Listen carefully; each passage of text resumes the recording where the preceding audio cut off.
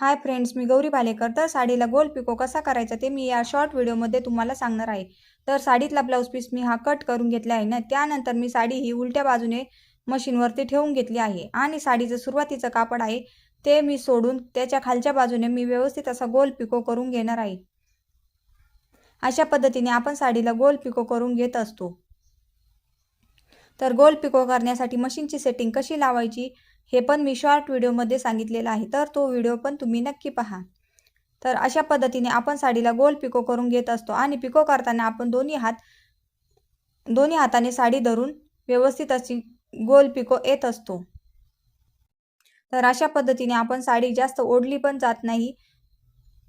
अशा पद्धतीने आपण साडी धरून व्यवस्थित असा पिको करून घेत असतो आणि खालच्या बाजूने तिरका कट देऊन आपण तिथे सुद्धा व्यवस्थित पिको करून घेत असतो।